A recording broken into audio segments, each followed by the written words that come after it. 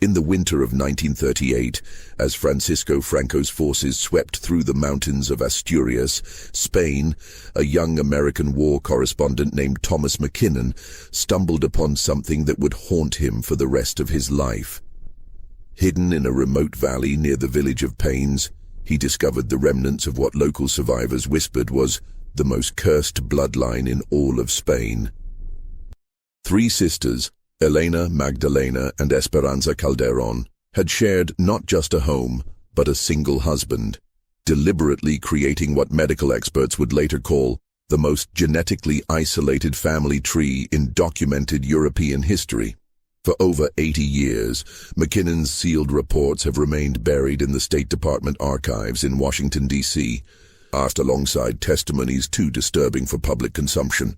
What happened in that forgotten corner of Asturias between 1895 and 1938 challenges everything we thought we knew about family, survival, and the horrifying lengths people will go to preserve what they believe is their pure bloodline. Before we continue with the story of the Calderón Sisters and the terrible discovery that changed one American journalist's life forever, if you're fascinated by dark historical mysteries like this one, make sure to subscribe to our channel and hit that notification bell. We uncover the most chilling forgotten stories from around the world that somehow connect back to American history. And tell us in the comments, what state are you listening from? We love hearing from our community of mystery enthusiasts who help us bring these buried tales to light, especially those with Spanish or European ancestry, who might recognize elements of these old-world secrets. The mountains of eastern Asturias had always been a place where the outside world seemed to forget to look. Even as Spain tore itself apart in the brutal civil war of 1936-1939, the remote valleys near the Picos de Europa remained largely untouched by the conflict raging across the rest of the country.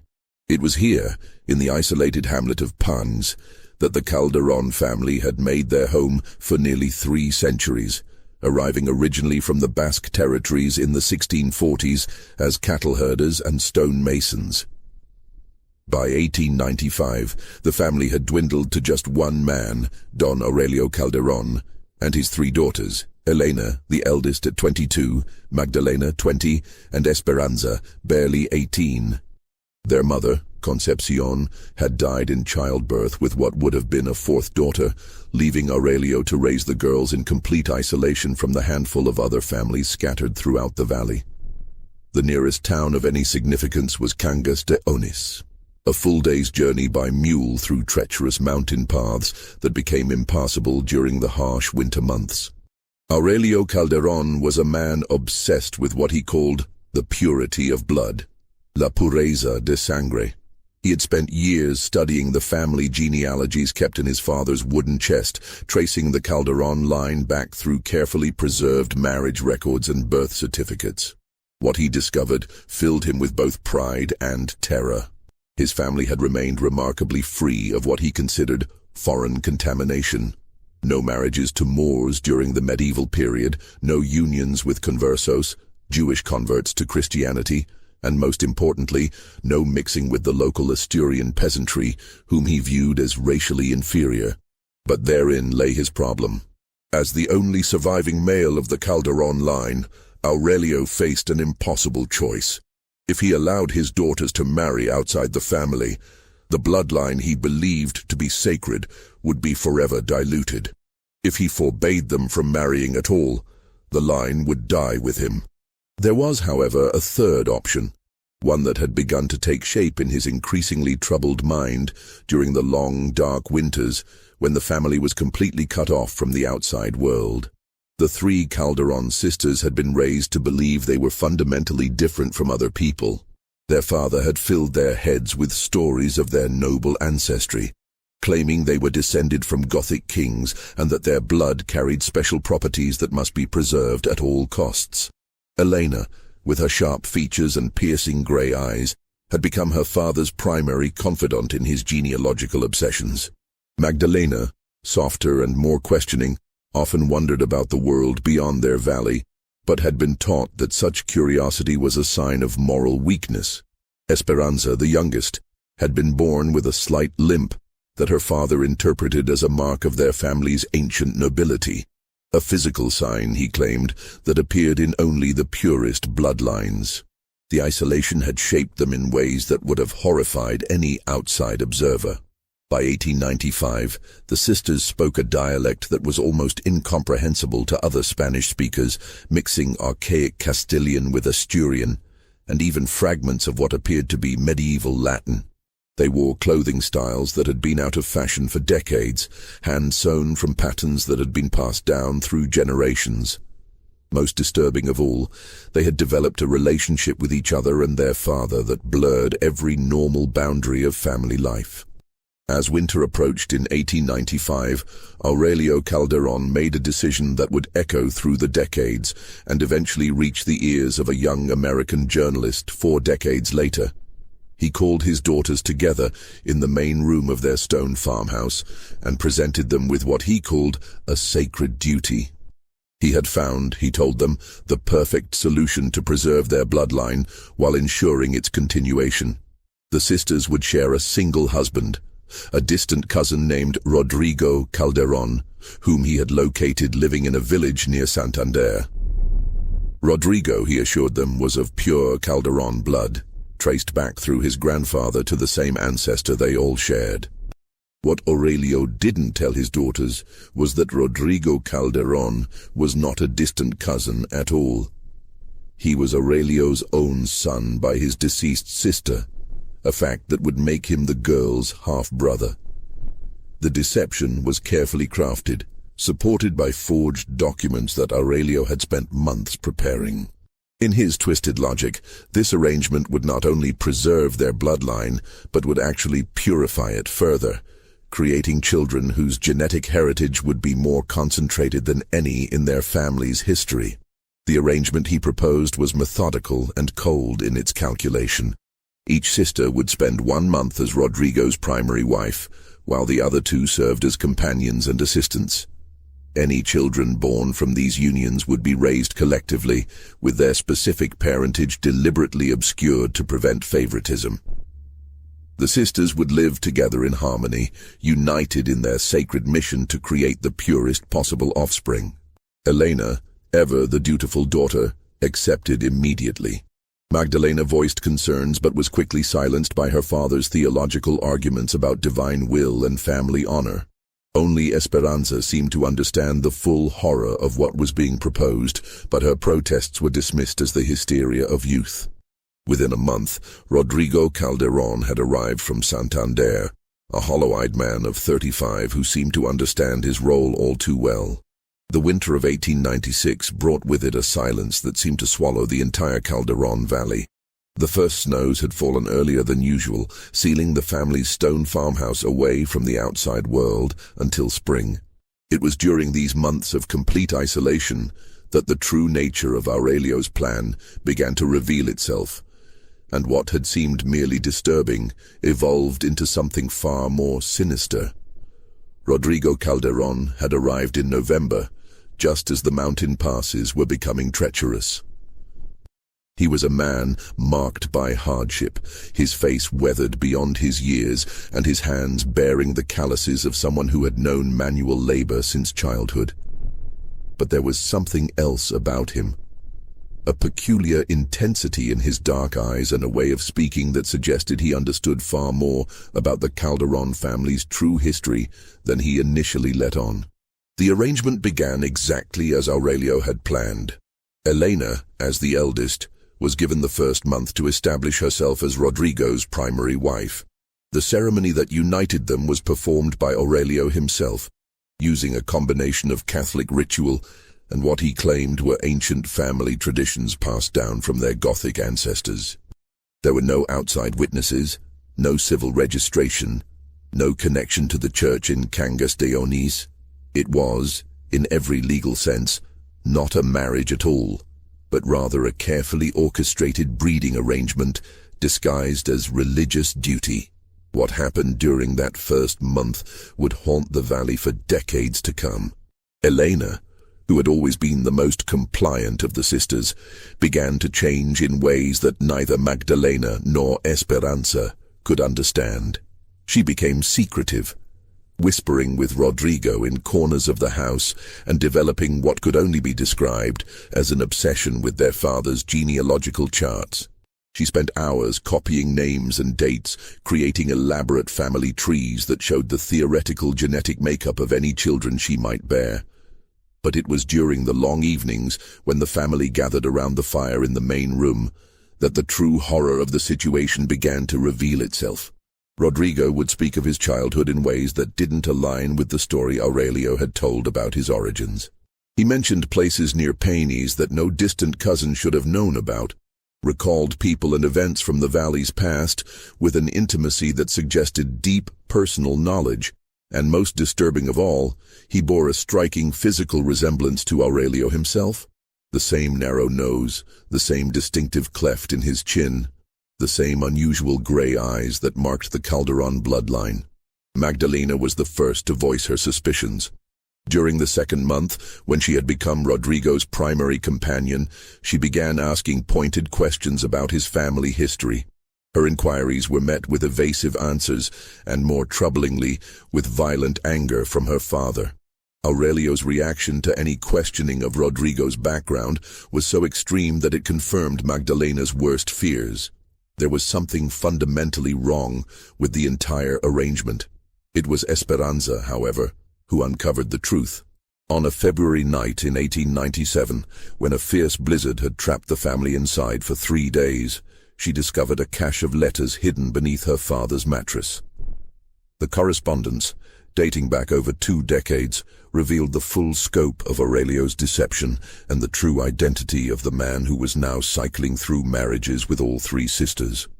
The letters were from Aurelio's sister, Carmen, who had died in 1862, shortly after giving birth to an illegitimate son. The father's identity was never recorded, but the dates and circumstances made it clear that Aurelio himself was responsible. Carmen had died in childbirth at the Calderón farmhouse, and the infant, Rodrigo, had been sent away to be raised by distant relatives in Santander. The boy had grown up knowing nothing of his true parentage, believing himself to be an orphaned cousin of the Calderón family. But the letters revealed something even more disturbing. Aurelio had been corresponding with Rodrigo for over 5 years, gradually revealing selected portions of the family history while carefully concealing the true nature of their relationship. He had convinced the young man that he was a distant cousin with an obligation to help preserve the family bloodline, never mentioning that such preservation would involve marrying and impregnating his own half-sisters. The psychological impact of this discovery on Esperanza was immediate and devastating. She confronted her father that very night, demanding an explanation for what she correctly identified as not just incest, but a form of generational abuse that had been decades in the planning. Aurelio's response was calm, methodical, and utterly chilling in its logic. He explained that the traditional definitions of family relationships were irrelevant when dealing with bloodlines as pure and ancient as theirs. The normal taboos, he claimed, applied only to common people who had already diluted their genetic heritage through generations of careless breeding. For families like the Calderóns, who had maintained their purity across centuries, different rules applied. What others might call incest, he termed genetic refinement. What they might call abuse, he called sacred duty. Moreover, he argued, the results would speak for themselves. The children born from these unions would possess qualities that no ordinary breeding could produce: intelligence, beauty, and spiritual gifts that came only from the careful concentration of superior bloodlines. They would be, in his words, the perfection that God intended before sin introduced chaos into the natural order. Esperanza's horror at these revelations was matched only by her growing realization that there was no escape from the situation. The winter had made leaving impossible, but even when spring arrived, where could she go? She had no money, no connections to the outside world, and no understanding of how to survive beyond the valley that had been her entire universe. More importantly, both Elena and Magdalena were already showing signs of pregnancy, binding them permanently to the nightmare that Aurelio had created. As the snows finally began to melt in March of 1897, Esperanza made a decision that would haunt the Calderón family for the next 4 decades. Rather than flee or continue to fight against the arrangement, she would stay and document everything. She began keeping a detailed record of daily life in the household, the development of her sister's pregnancies, and most importantly, the gradual changes in behavior and appearance that began to manifest in the children who would soon be born. The first generation of Calderón children arrived in the autumn of 1897, and with them came confirmation of Esperanza's worst fears about the consequences of her father's genetic experiments. Elena gave birth to twins, a boy and a girl she named Alfonso and Concepcion, while Magdalena delivered a single daughter whom she called Carmen, after the aunt none of them had ever known existed. The births themselves were difficult, requiring Aurelio to serve as midwife, since no outside medical help was available during the early snow season. From their earliest days, the children displayed characteristics that marked them as different from any offspring that might have resulted from normal unions. All 3 were born with the distinctive grey eyes that had become the hallmark of the Calderón bloodline. But their physical features showed signs of what Esperanza recognized as the inevitable consequences of concentrated breeding. Alfonso had a pronounced underbite that made speech difficult, while Concepcion's fingers were webbed between the knuckles in a way that suggested developmental abnormalities. Carmen appeared the most normal of the 3, but as she grew, it became clear that her hearing was severely limited, forcing the family to communicate with her through an elaborate system of hand signals.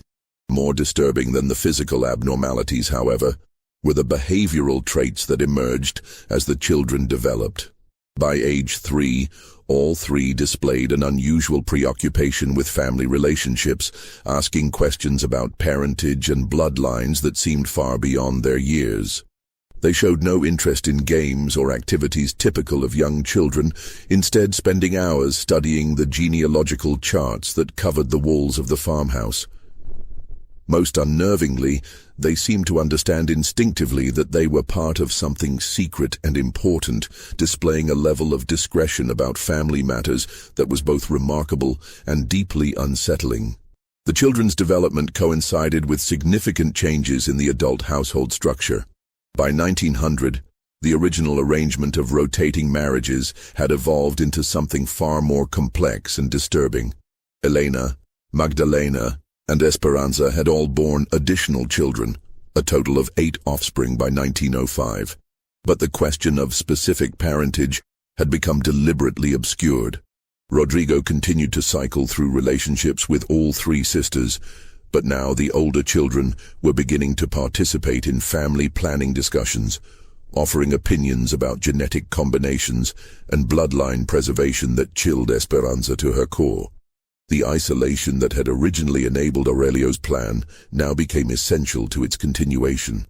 The growing family could not risk discovery by outside authorities, who would inevitably view their arrangement as criminal. This meant that the children received no formal education, no medical care, and no exposure to normal social relationships. They learned to read and write from family documents, studied mathematics through genealogical calculations, and developed their understanding of the world entirely through their grandfather's lectures on blood purity and genetic superiority. As the first decade of the new century progressed, Aurelio's health began to decline, and with it came an increasing urgency to establish the 2nd generation of his breeding program. Alfonso, despite his physical limitations, was being groomed to eventually take over the role of family patriarch. His sisters and cousins were being evaluated for their potential as breeding partners, with detailed charts tracking their genetic characteristics and projected offspring qualities. The horror of this situation was compounded by the children's complete acceptance of their predetermined roles. They had been raised to believe that normal family structures were corrupt and inferior, and that their unique arrangement represented a higher form of human organization. When Alfonso reached puberty in 1910, he began expressing enthusiasm for the day when he would be able to contribute to the family's genetic mission, viewing his future relationships with his sisters and cousins not as abuse but as sacred responsibility. It was during this period that Esperanza began to plan her escape. not for herself. She recognized that she was now too deeply implicated in the family's crimes to ever find redemption, but for any potential rescue of the younger children who might still be saved from the cycle of abuse.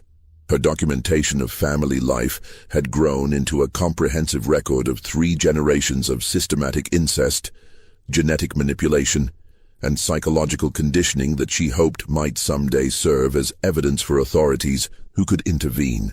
But Esperanza's plans for intervention were complicated by the political upheaval that was beginning to affect even their remote corner of Asturias. The social tensions that would eventually explode into civil war were already visible in the late 1910s, with increasing government instability and reduced administrative oversight in rural areas. The chaos that was brewing across Spain would actually provide additional cover for the Calderón family's activities, allowing them to continue their genetic experiments without fear of discovery. By 1920, the second generation had begun reproducing, with Alfonso fathering children by both his sister Concepcion and his cousin Carmen. The resulting offspring displayed even more pronounced abnormalities than their parents, including several children born with severe developmental delays and physical deformities that made survival difficult in their primitive conditions.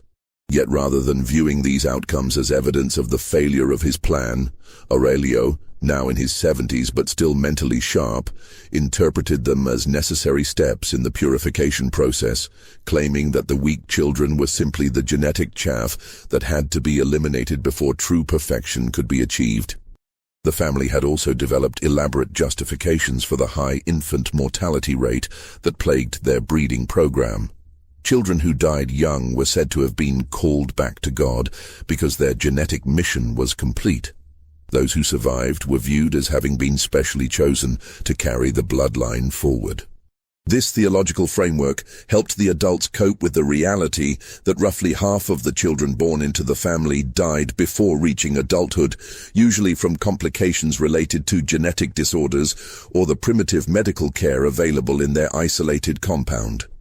As the 1920s progressed, the Calderón family had grown into a small community of nearly 30 individuals, all descended from the original 3 sisters and their shared husband. The farmhouse had been expanded multiple times to accommodate the growing population, but the basic structure of life remained unchanged. Careful genetic planning, systematic intermarriage, and complete isolation from the outside world. They had created, in essence, their own closed society with its own rules, values, and understanding of human relationships that bore no resemblance to normal civilization. The autumn of 1930 brought with it changes that would ultimately lead to the family's discovery 8 years later. Spain was entering a period of political instability that would culminate in the Second Republic and eventually civil war. But for the Calderón family, the immediate concern was more personal. Aurelio's death at age 85 had left them without their founding patriarch and genetic strategist. Alfonso, now 33 and bearing the physical marks of concentrated inbreeding, premature balding, a severe tremor in his hands, and teeth that had never properly formed, had assumed leadership of the family's breeding program. But his intellectual capacity, limited by developmental delays, made him ill-equipped to manage the complex genealogical calculations that his grandfather had used to guide mating decisions.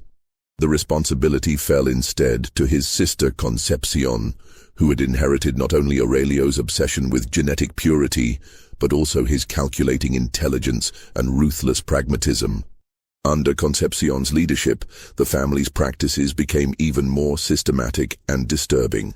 She established what she called breeding schedules, determining which family members would reproduce, with whom based on detailed analysis of previous offspring quality and genetic combinations that had not yet been attempted.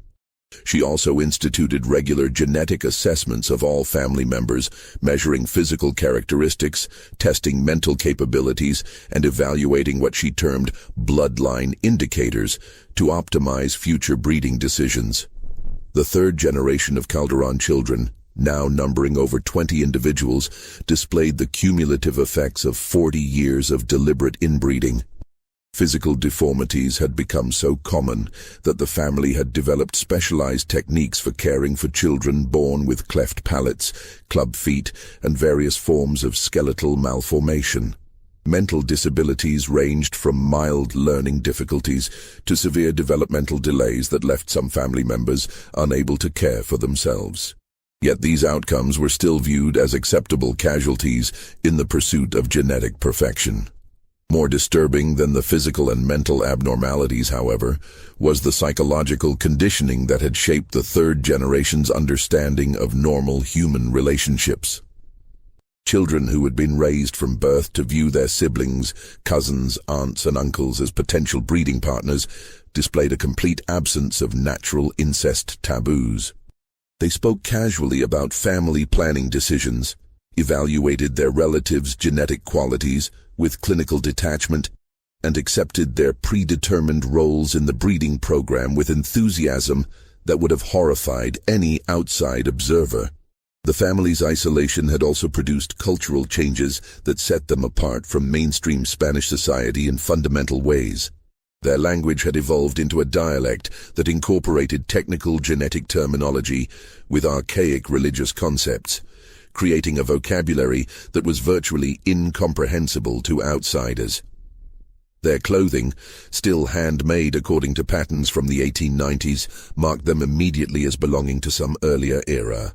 Most significantly, their understanding of time, history, and the outside world remained frozen in the period of their founding, making them living anachronisms in a rapidly modernizing country.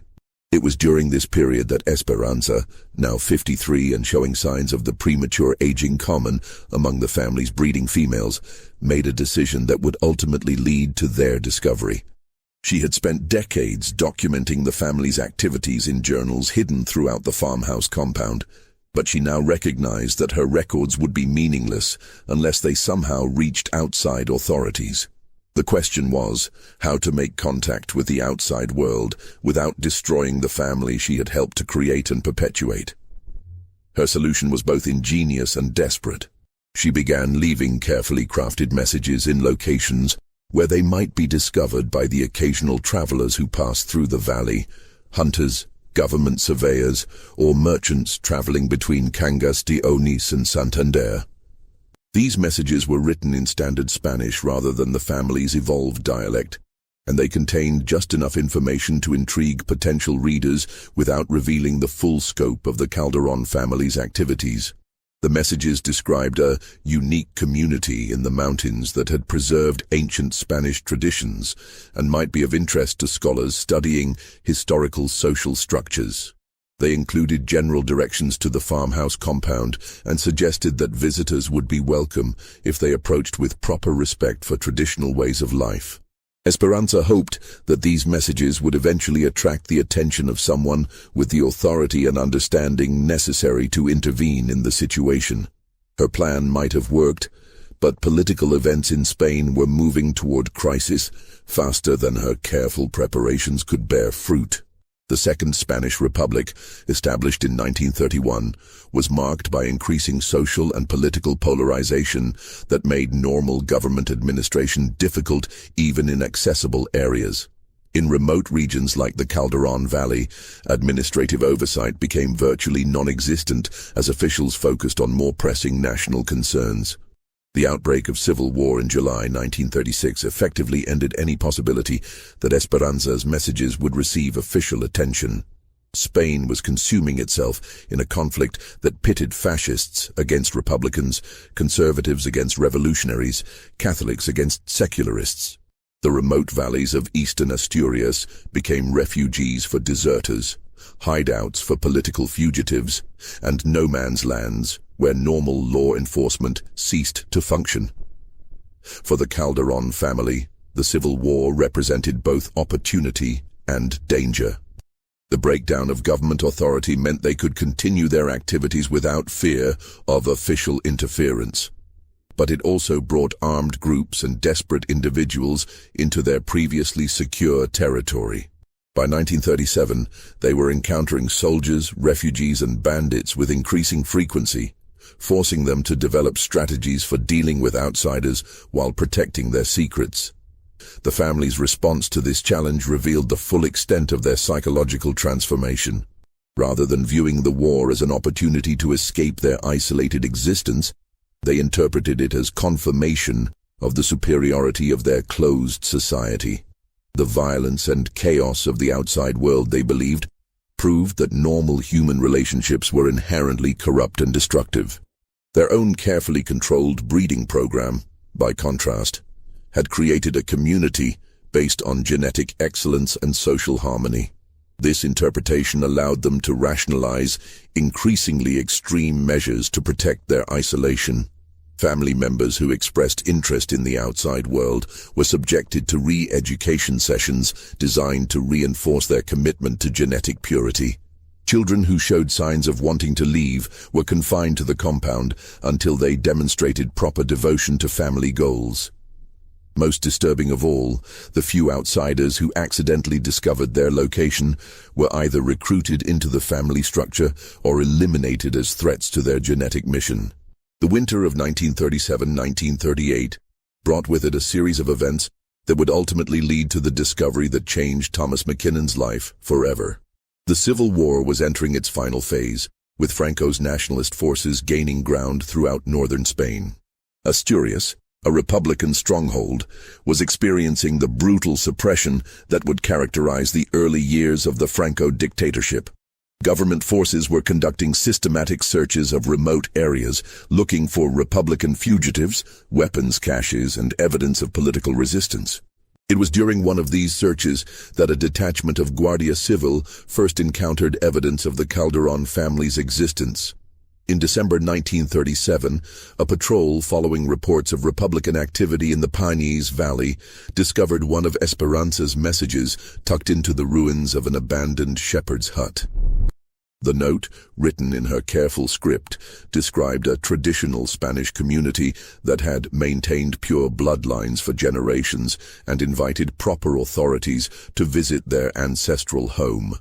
The commanding officer, Sergeant Miguel Renteria, initially dismissed the message as the fantasy of some hermit or the ravings of a war refugee. But something about the precise language and the specific geographical references convinced him that it warranted investigation. More importantly, the valley described in the message was exactly the type of remote location where Republican fighters might establish hideouts or weapons depots.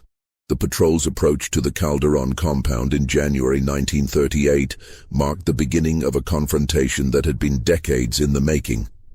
The family, now numbering 43 individuals ranging from infants to elderly adults, had developed elaborate protocols for dealing with outside threats.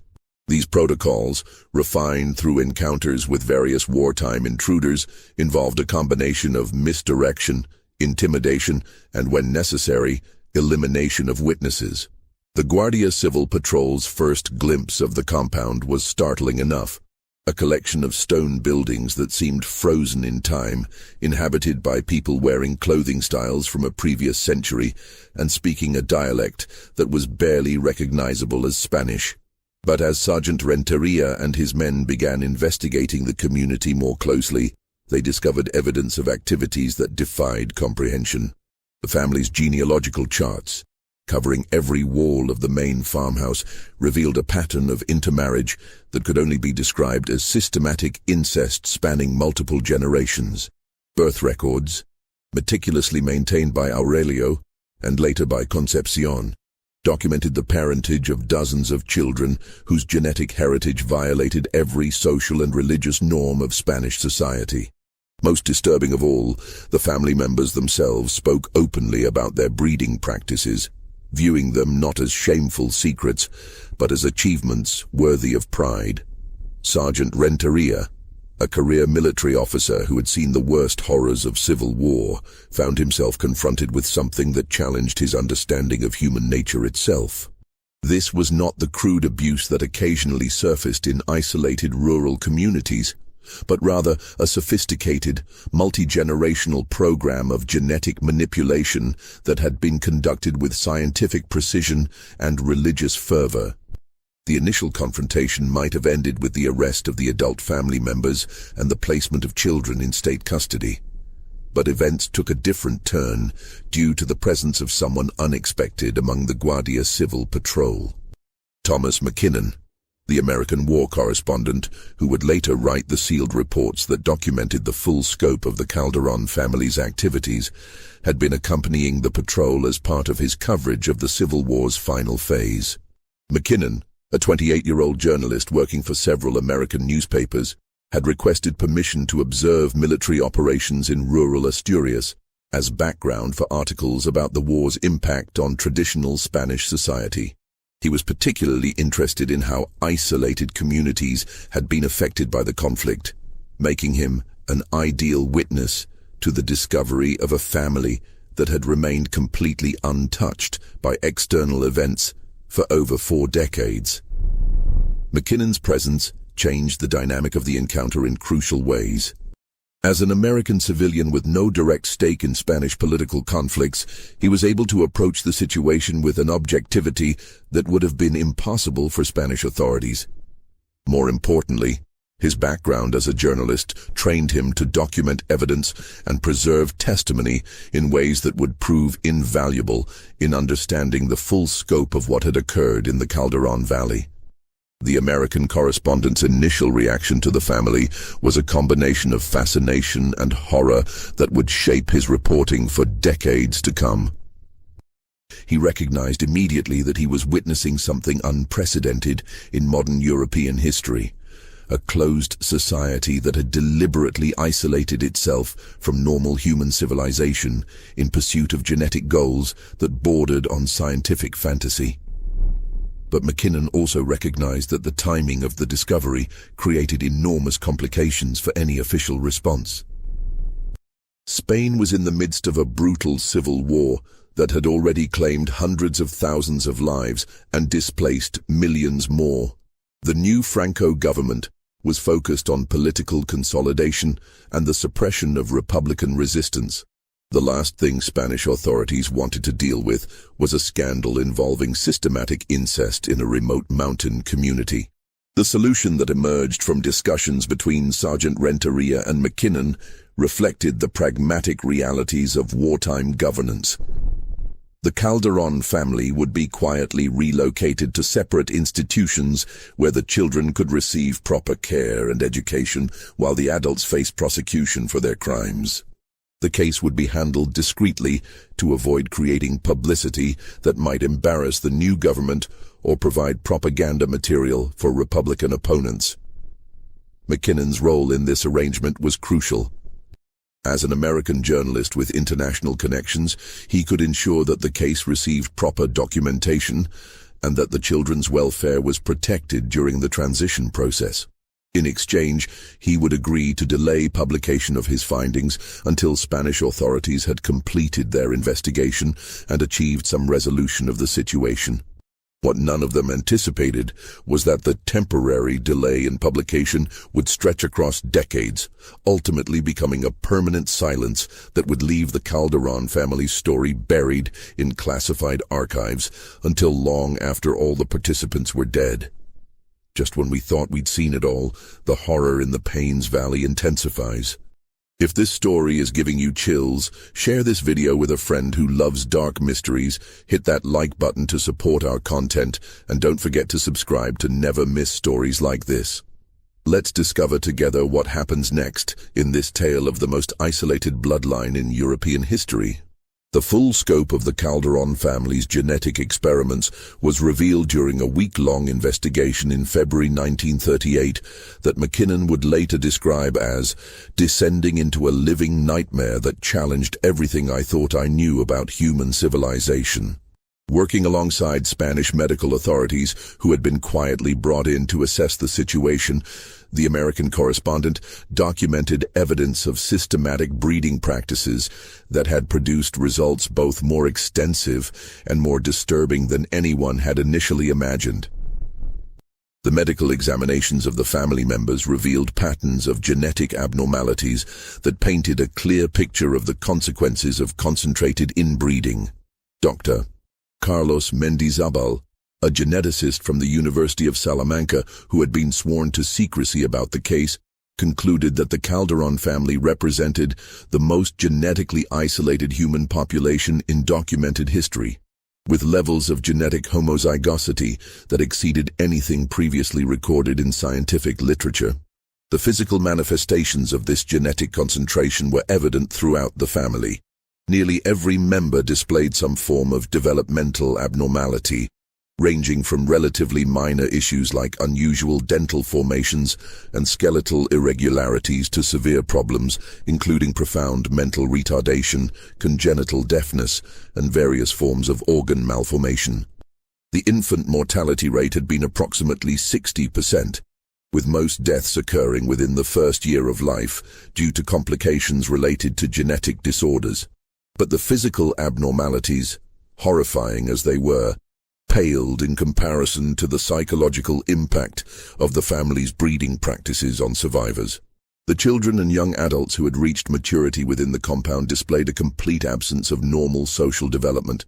They had been raised to view their siblings, parents, and cousins exclusively through the lens of genetic utility, evaluating family relationships based on potential breeding outcomes rather than emotional bonds.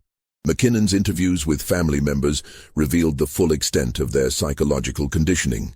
Concepcion, now the family's primary leader, spoke with clinical detachment about her role in selecting breeding pairs and monitoring pregnancy outcomes.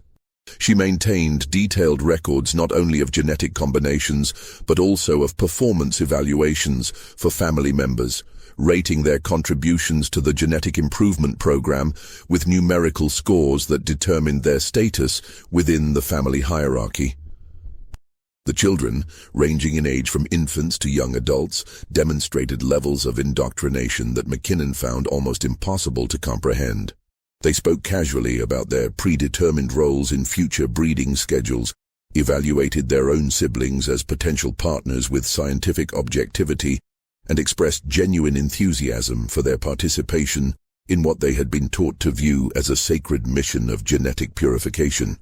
Most disturbing of all was the discovery of Esperanza's hidden journals, which provided a day-by-day account of the family's development over 4 decades.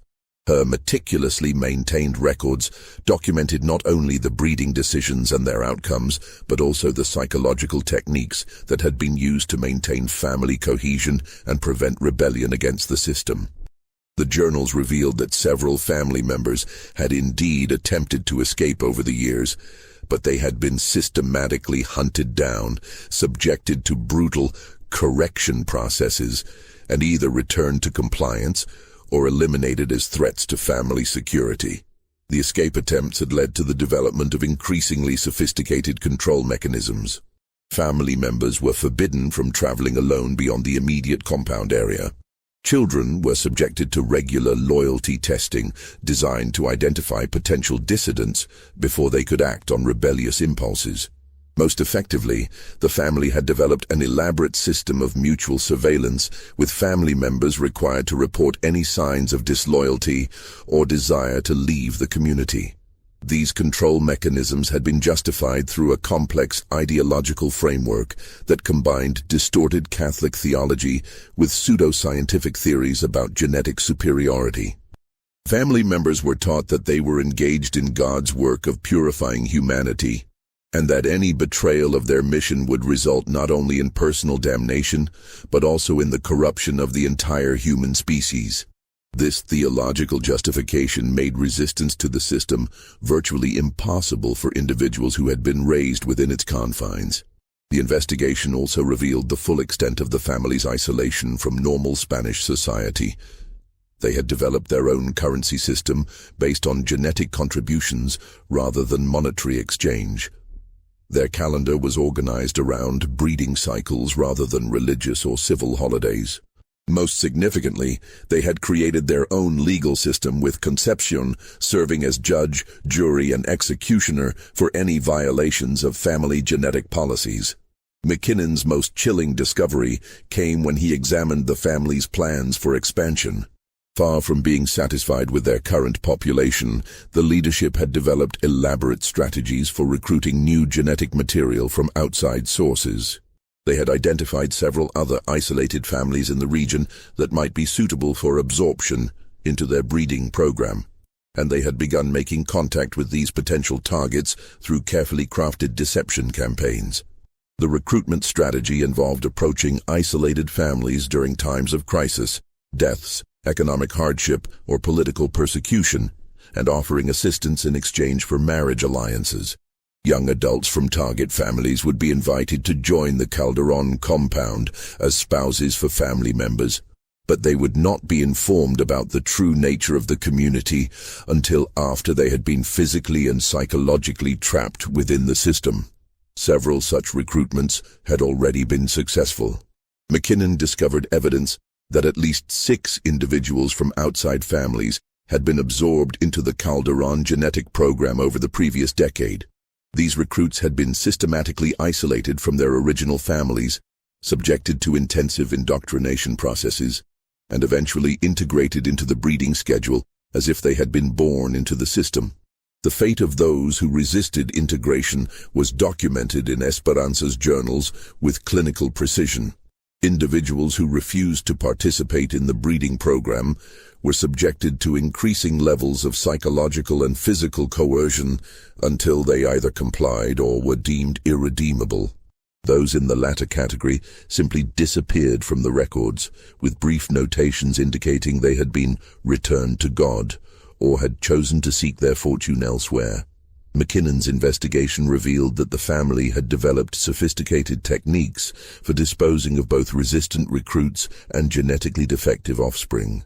A series of unmarked graves in the forest surrounding the compound contained the remains of at least 20 individuals whose deaths had never been reported to civil authorities. The graves were organized in a methodical pattern that suggested regular use over an extended period, indicating that elimination of unsuitable individuals had become a routine aspect of the family's genetic management system. The American correspondent's final discovery was perhaps the most disturbing of all. Evidence that the family's activities had been known to certain Spanish authorities for years, but had been deliberately ignored due to the remote location and the political chaos of the Civil War period. Local priests had received reports about the family's unusual practices, but had dismissed them as rural superstitions. Government officials had been informed about missing persons in the region, but had attributed the disappearances to war-related violence rather than investigating them systematically. This official negligence had enabled the family to operate with complete impunity for over 4 decades, expanding their genetic experiments and recruitment activities while remaining essentially invisible to the outside world. The discovery in 1938 had occurred not because of any systematic effort to investigate rural communities, but purely by accident during a military patrol that had been searching for Republican fugitives. The realization that such extensive criminal activity could continue undetected for so long raised profound questions about the effectiveness of government oversight in rural Spain and the vulnerability of isolated populations to predatory exploitation. McKinnon recognized that the Calderón case represented not just an isolated incident of family dysfunction, but a systematic failure of social institutions that had serious implications for the protection of vulnerable populations throughout the country.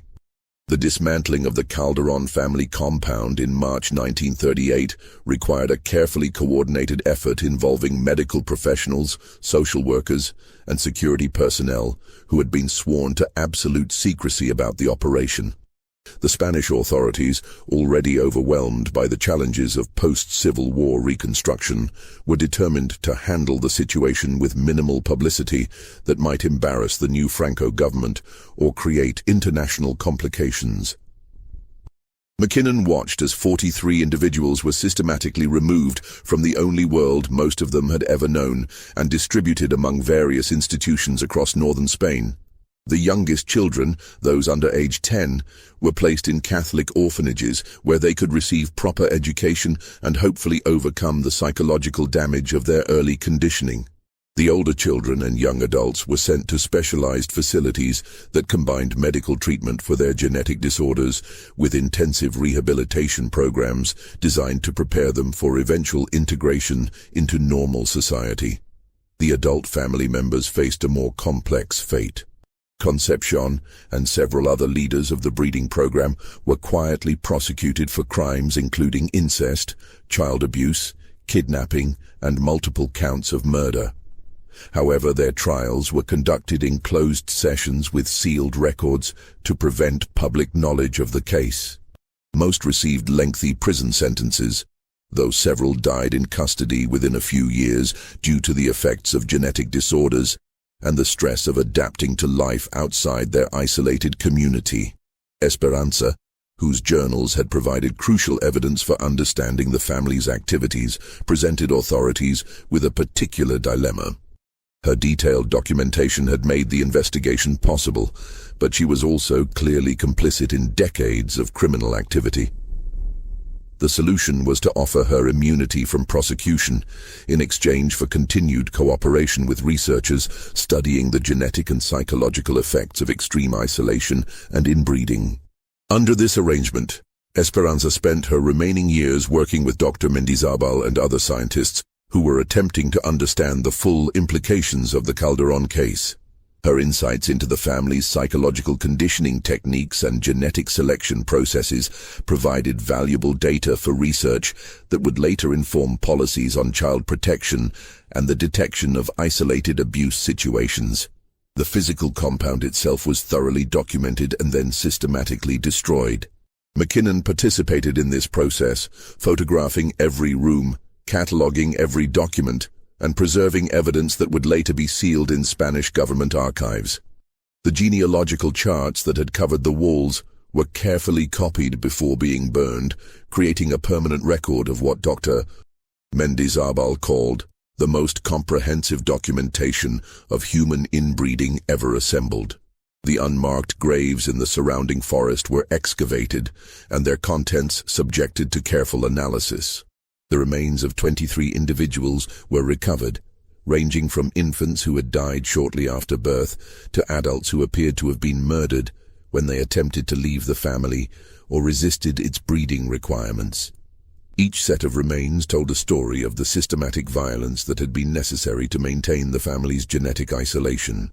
McKinnon's role in the aftermath of the discovery proved to be both professionally challenging and personally traumatic. His initial agreement to delay publication while Spanish authorities handled the situation seemed reasonable, but as months stretched into years without any resolution, he began to realize that the case would never be made public through official channels. The Franco government had too much invested in projecting an image of traditional Spanish values and social stability to risk the international embarrassment that would result from revealing the existence of such an extensive incest operation. The American correspondent made several attempts to publish his findings through international media outlets, but he was consistently blocked by a combination of Spanish government pressure and editorial reluctance to print stories that seemed too extreme to be credible. The few editors who were willing to consider publication demanded corroborating sources and official confirmation that the Spanish authorities were unwilling to provide. Frustrated by these obstacles, McKinnon eventually decided to deposit his complete documentation with the U.S. State Department, hoping that future researchers or journalists might be able to access the materials when political conditions changed.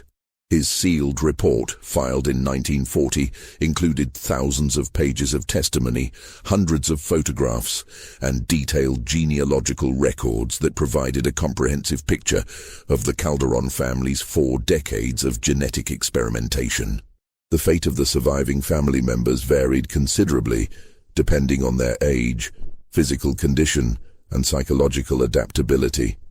The youngest children, those who had been removed before age 5, generally succeeded in adapting to normal social environments and eventually integrated into Spanish society with little evidence of their unusual origins. Several of these children were adopted by families who were never told about their background, allowing them to grow up without the stigma of their genetic heritage. The older children and adolescents faced more significant challenges. Many suffered from physical disabilities that required ongoing medical treatment, while others displayed psychological problems that made social integration difficult or impossible. Some spent their entire lives in institutional care, never fully overcoming the conditioning they had received during their early years in the compound. Perhaps most tragically, several of the rescued family members proved unable to adapt to life in the outside world and repeatedly attempted to return to the mountains where their compound had been located. These individuals had been so thoroughly conditioned to view their isolated existence as superior to normal society that they experienced the broader world as chaotic, corrupt, and spiritually inferior. At least 3 former family members committed suicide rather than continue living in what they perceived as an alien and hostile environment. The long-term impact of the Calderón case extended far beyond the immediate fate of the family members themselves. Dr. Mendizábal's research on the genetic effects of extreme inbreeding contributed to important advances in understanding hereditary disorders and the medical consequences of genetic isolation. His work also influenced the development of screening programs designed to identify and assist other isolated communities that might be vulnerable to similar forms of systematic abuse. More broadly, the case highlighted the need for improved oversight of rural populations and better protection for individuals living in remote areas where traditional social controls might break down. The Spanish government, despite its reluctance to publicize the Calderón case, did implement new policies requiring regular visits to isolated communities by social workers and medical personnel. McKinnon's sealed report remained classified for over 40 years, finally becoming available to researchers in the 1980s as part of a broader declassification of Spanish Civil War-era documents. Even then, access was restricted to qualified academic researchers who agreed to maintain the anonymity of surviving family members and their descendants. The American correspondent himself was profoundly changed by his encounter with the Calderón family. He continued his journalism career for several more decades, covering conflicts and social issues throughout Europe and Latin America. But colleagues noted that he never again displayed the same optimism about human nature that had characterized his earlier work. In interviews conducted near the end of his life, McKinnon described the Calderón case as a glimpse into the darkness that exists within human beings when all social constraints are removed and all moral boundaries are abandoned. The final chapter of the Calderón story came in 1983, when Esperanza died in a Madrid nursing home at the age of 96. She had spent the last 4 decades of her life working with researchers and occasionally meeting with journalists who had gained access to the declassified materials. Until the very end, she maintained that the family's breeding program, despite its horrific consequences, had been motivated by genuine beliefs about genetic improvement and human perfection. Her death marked the end of living memory of the family's activities, but the documentation she had helped to preserve continued to provide valuable insights for researchers studying extreme social isolation, systematic abuse, and the psychological mechanisms that enable ordinary people to participate in extraordinary cruelty. The Calderón case became a standard reference in academic literature on family dysfunction, genetic counseling, and the protection of vulnerable populations. Today, the valley where the Calderón compound once stood remains largely uninhabited. Local residents still speak in whispers about the cursed family that once lived there, and occasional hikers report finding remnants of stone foundations in the forest. The Spanish government has never acknowledged the case publicly, and official records of the investigation remain sealed under laws protecting family privacy and state security. Yet the legacy of the Calderón sisters and their shared husband continues to influence our understanding of human behavior under extreme conditions. Their story serves as a reminder that civilization is a fragile construct, easily corrupted when isolation and fanatical ideology combine to create closed systems immune to outside scrutiny and moral correction. This dark chapter of Spanish history shows us that the most dangerous monsters are not supernatural beings from folklore, but rather ordinary people who convince themselves that their terrible actions serve some higher purpose. The Calderón family believed they were creating genetic perfection, but they produced only suffering, disability, and death, a testament to the corrupting power of absolute isolation and the human capacity for self-deception in service of twisted ideals. What do you think of this story? Do you believe everything was revealed, or might there be other isolated communities still hidden away from the world, pursuing their own dark visions of human improvement? Leave your comment below and share your thoughts about this haunting tale from the mountains of Asturias. If you enjoyed this exploration of one of history's most disturbing family secrets, subscribe to our channel, hit the notification bell, and share this video with someone who appreciates the darker mysteries of our past. We'll see you in the next episode, where we continue uncovering the buried horrors that shaped our world.